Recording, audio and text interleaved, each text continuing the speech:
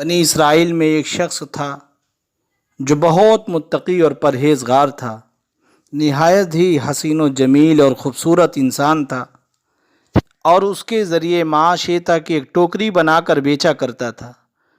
وہ ٹوکریاں لے کر بیچتا، اس سے جو اس کی آمدنی ہوتی تھی اس کے ذریعے سے اس کے گھر کا خرچ چلتا تھا۔ معمول کے مطابق یہ شخص ایک مرتبہ ٹوکریاں بنا کر لے کر نکلا اور بادشاہ کے محل کی طرف سے جا رہا تھا، تو بادشاہ کے محل کے سامنے سے جیسے اس کا گزر ہوا، وہاں پر اس نے ٹوکری بیچنے کی جو آواز لگائی تو ایک بادشاہ کی جو باندی کھڑی تھی اس نے فوراً دوڑ کر اپنے مالکہ سے اور بیگم سے کہا، ایک شخص ہے ٹوکریاں بیچ رہا ہے، نہایت ہی حسین و جمیل اور خوبصورت انسان ہے۔ اس نے کہا کہ اس کو بلاؤ۔ بلانے کے بعد وہ شخص اندر جاتا ہے، متقی پرہیزگار، اور وہ عورت اس کو بہلانے پھسلانے رکھتی ہے اور کہتی ہے کہ تم کو یہ ٹوکریاں بیچنے کی کیا ضرورت ہے، تم ہمارے محل میں رہو اور یہ سب چیزیں چھوڑ دو۔ لیکن وہ شخص نہایت ہی سادہ مزاج آدمی تھا، سادگی والے تھے، کچھ جانتے نہیں تھے سب دگل فصل کیا چیز ہے۔ بس وہ فوراً اپنی ٹوکری اٹھایا اور لے کر چلنے لگے۔ اس بیگم نے کہا کہ کہاں جا رہے ہو؟ محل کے سارے دروازے بند ہیں، کہیں جانے کا راستہ نہیں ہے، لہٰذا تم کہیں مت جاؤ اور تم کو ہمارے ساتھ آج کی رات گزارنی پڑے گی۔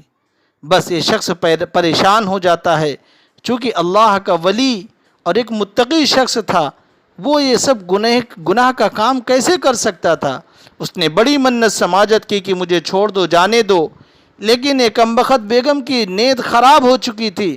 اس نے کہا کہ نہیں، تم کو آج ہی رات گزارنی پڑے گی۔ بس یہ فوراً اس سے اجازت لیتے ہیں اور کہتے ہیں کہ محل کے اوپر چھت پر مجھے جانے دیا جائے، میں ابھی آتا ہوں۔ بس اس نے سوچا کہ چاروں طرف سے دروازے بند ہیں اور محل کے جو دیواریں ہیں کافی اونچائی پر ہے، یہ کود بھی نہیں سکتا۔ بس ان کو اجازت ہو جاتی ہے، یہ جاتے ہیں اوپر اور ایک کونے میں بیٹھ کر اپنے نفس کو ملامت کرنے لگتے ہیں کہ اے نفس، تو 70 سال سے تو نے اپنے رب کو ناراض نہیں کیا، تو نے زنا اور گناہ کا کام نہیں کیا، لہٰذا تو اگر یہ گناہ کا کام کرے گا تو یہ مزہ تو چند منٹ اور سیکنڈ اور کا ہوگا، لیکن اس کے عذاب جو ہے نہایت ہی خطرناک ہوں گے، اور نہ جانے کب تک اس کا عذاب چکھنا پڑے گا۔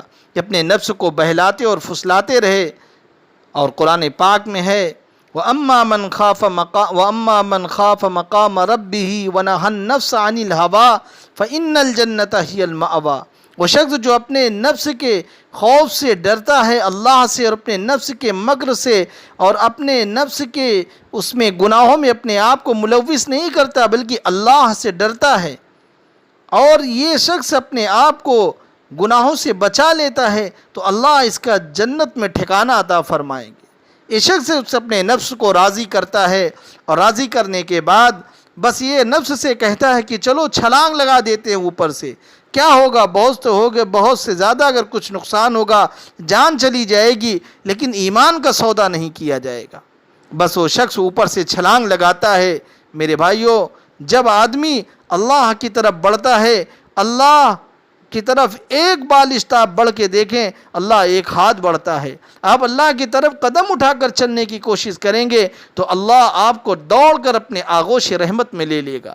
یہ شخص اس پہ چھت سے کودتا ہے، اللہ تعالیٰ فوراً فرشتوں کو بھیجتے ہیں، فرشتے اس کو اپنی گود میں لے لیتے ہیں۔ بس یہ شخص اٹھتا ہے، زمین پر لا کے اس کو چھوڑتے ہیں، یہ بوکھلاہٹ میں اٹھتا ہے، عجیب اس کے اوپر جو ہے حواس باختگی ہو جاتی ہے، یہ بھاگتا ہوا جاتا ہے، حواس باختہ ہو کر اپنے گھر پہنچتا ہے اور سارا ماجرا اپنے بیوی سے کہتا ہے۔ بیوی نے کہا کہ اچھا یہ بتلاؤ ٹوکریاں بک گئی؟ انہوں نے کہا نہیں، وہ ٹوکری تو اسی جو ہے بیگم کمبخت کے محل میں ساری ٹوکریاں چھوٹ گئی، اس نے تو مجھ کو اس طریقے سے آزمانے کی کوشش کی۔ انہوں نے کہا پھر آج کیا ہوگا، بچے بھوکے ہیں، کچھ کھانے کو نہیں ہے۔ انہوں نے کہا ایک کام کرو، تم تنور میں جا کر آگ جلا دو اور آ کر ہم دونوں بات کرتے ہیں، تاکہ بچے کو بہلا پھسلا کر سلا دیا جائے، بچے سمجھیں کہ کھانا پک رہا ہے اور پڑوسی کے لوگوں کو بھی خبر نہیں ہوگی کہ آج ان کے گھر میں فاقہ ہے۔ خیر، یہ دونوں بات کرنے میں لگ جاتے ہیں، اور ادھر سے پڑوس کی ایک عورت آتی ہے، وہ آگ کی ضرورت ہوتی ہے، کہتی ہے بہن آگ دے دو، کہا کہ جا کے تنور میں سے لے لو، اور یہ باتیں سننے میں لگ جاتی ہے۔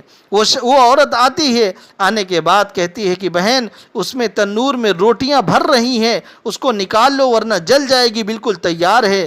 بس یہ دوڑی ہوئی جاتی ہے، روٹیاں نکالتی ہے، خود بھی کھاتی ہے، بچوں کو بھی کھلاتی ہے۔ تو میرے بھائیو دوستوں، جب انسان اللہ کی طرف ایک قدم بڑھتا ہے تو اللہ اس کے تمام مشکلات کو آسان فرماتے ہیں۔ اللہ تعالیٰ غیب سے اس کے لیے خزانوں کا انتظام فرماتے ہیں، بشرطے کہ انسان اپنے نفس کو قابو میں رکھے، اور اس نفس کو قابو میں رکھنے کے لیے اس پر محنت اور مشقت کیا جاتا ہے۔ اللہ تعالیٰ نے ایک اختیار دیا انسان کو، جیسے ایک زبان ہماری ہے، اللہ تعالیٰ نے اختیار اس کو دیا ہے، ہم چاہیں تو اس کو برائی میں لگا دیں، ہم چاہیں تو اس کو ذکر و اذکار میں لگا دیں۔ جب برائی کا خیال آئے تو فوراً اپنے آپ نفس کو منع کریں، نہیں اس کو برائی نہ کر کے ہم ذکر و اذکار میں لگیں گے۔ تو میرے بھائیوں دوستو، ہم سب کو تقوی والی زندگی گزارنے کی ضرورت ہے۔ اللہ ہمیں بھی سمجھ عطا فرمائے اور آپ سب کو سمجھ عطا فرمائے۔ آمین، وآخر دعوانا الحمدللہ رب العالمین۔